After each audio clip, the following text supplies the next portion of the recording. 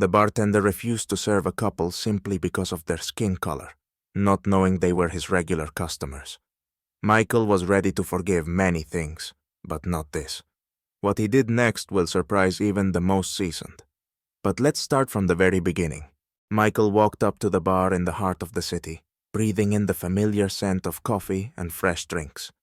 He leaned against the counter, checking everything was in order. His establishment always had a relaxed atmosphere.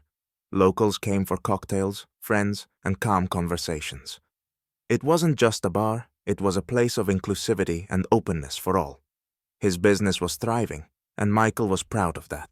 Today, however, the evening felt different. The bar was full. Among the guests were old acquaintances and new faces, all enjoying the vibe. Among them sat a black couple, the man in a stylish black suit, the woman in a bright dress. Their dark skin and confident gazes stood out noticeably among the other patrons. Michael nodded at them in greeting, but quickly got distracted. Jason, his bartender, was looking strange again. Michael noticed how Jason, standing behind the bar, cast a sideways glance at the couple. The bartender approached their table to take the order, but from the look on his face, Michael could tell something was wrong. The man and woman ordered cocktails, but Jason just shrugged, ignored them, and went back to his work. Michael, not wanting to interfere immediately, assumed it was a mistake but grew suspicious. A minute later, the couple stood up and approached the counter, but Jason, clearly irritated, said to them, "Sorry, all the tables are taken. Wait, maybe a spot will open up." Michael couldn't believe his eyes. He saw the bartender clearly dismissing the couple. The refusal was too blatant. Despite their money and desire to stay, the black patrons were simply ignored. Michael's chest tightened and his face froze. He knew he had to step in. At that moment, seeing the couple leave, he walked briskly to the bar and asked Jason, "What was that, Jason?" The bartender replied with a crooked smile, "There just weren't any tables. I don't know what you want from me, Michael. Everything's fine." Michael felt his anger rising. He was a black owner of this establishment, and for him, such actions were a personal insult. Noticing his mood, Jason quickly backpedaled. "Well, it was just a misunderstanding. I didn't mean anything bad, honestly." But Michael already knew it wasn't just a misunderstanding. Systemic racism was there, in every look, in every action. He couldn't ignore these things because they happened constantly, in different forms, every day. Michael knew he needed to act. This time, he wouldn't stay silent. But what exactly would he do about this bartender who didn't even realize how his actions affected people? The next day, Michael arrived early at the bar to prepare for the evening. He checked the stock, adjusted the lights, and got into the work mindset. But inside, a storm raged. The previous day's incident with Jason wouldn't let him rest. Michael knew something had to change, but he wasn't sure how. As the owner, he couldn't just overlook such behavior. When the bar opened, he walked straight to Jason, who was behind the counter, already ready to greet customers. Michael didn't waste time with pleasantries. "Let's talk, Jason," he said, slightly tilting his head. Jason noticed Michael's serious look and felt the tension in the air. "Is something wrong?" he asked, trying to hide his nervousness. Michael didn't waste time on soft words. He was sure that Jason didn't realize what had happened.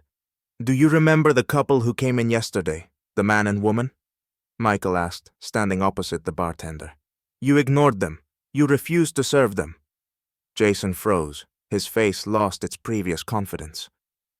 "I didn't mean for it to look that way," he muttered, avoiding Michael's gaze.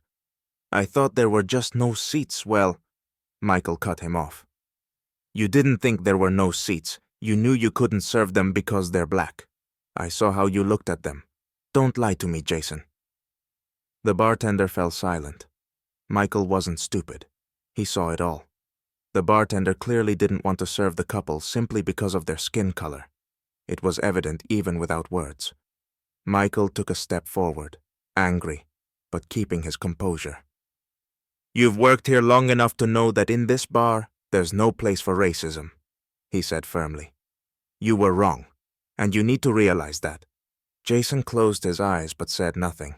His face was tense. He knew that no excuses would help. He had made a mistake, and now he had to make a choice: admit his fault or continue down the same path. "I just didn't want to cause any problems," Jason said, his voice trembling. "I didn't want anyone to feel uncomfortable." "The problem is that you created that uncomfortable atmosphere," Michael replied harshly. "You need to understand. Here, you serve everyone, regardless of their race, gender, or status. If you're not ready for that, I can no longer trust you." Michael paused, feeling the tension rise. "I think you need some time to realize what you did," Michael added. "For now, I'm suspending you. You're off for today's shift." Jason looked bewildered but said nothing. Michael, not wanting to continue the conversation, turned and walked out. He knew this wasn't just Jason's personal mistake. It was a reflection of a systemic issue that needed to be addressed.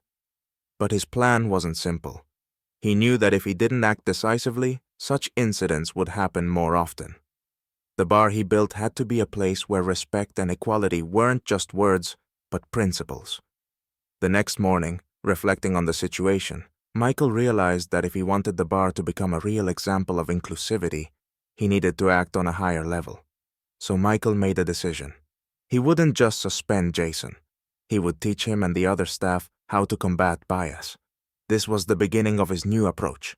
A tough battle lay ahead, but Michael was ready to fight. After the incident, Michael decided not to keep quiet.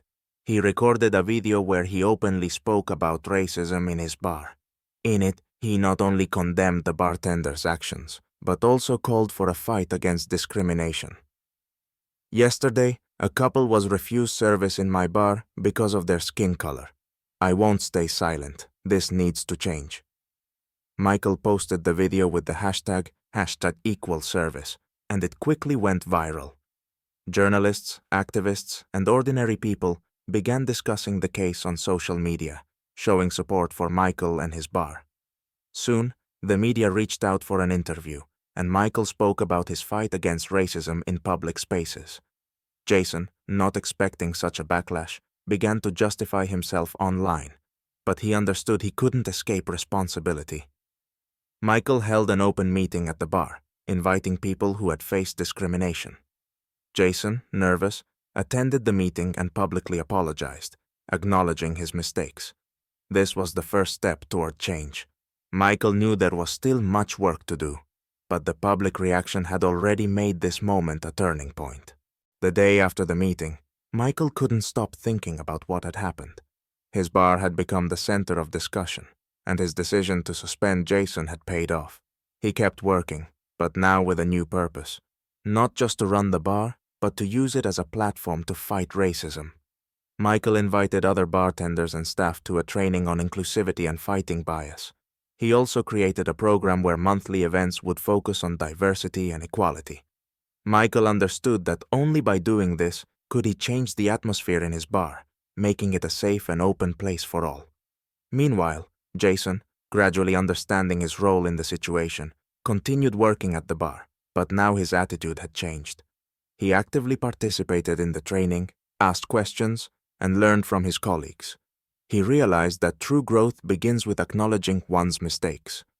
A week later, the bar hosted another meeting where Michael announced the launch of the inclusivity program. Jason stood beside him, apologizing to everyone for his previous mistake. This time, no one doubted his sincerity. Later that evening, Michael received a message from one of the female customers, who said she felt more comfortable coming to his bar after everything that had happened. This was the moment he knew that all his efforts hadn't been in vain. At the end of the shift, Jason approached Michael. "I'm grateful you gave me a chance to change. I really want to be part of this," he said. Michael nodded, a smile on his face. He knew the fight wasn't over, but he could already feel how his bar was changing and how people were starting to realize that every gesture had much more meaning than it seemed at first glance.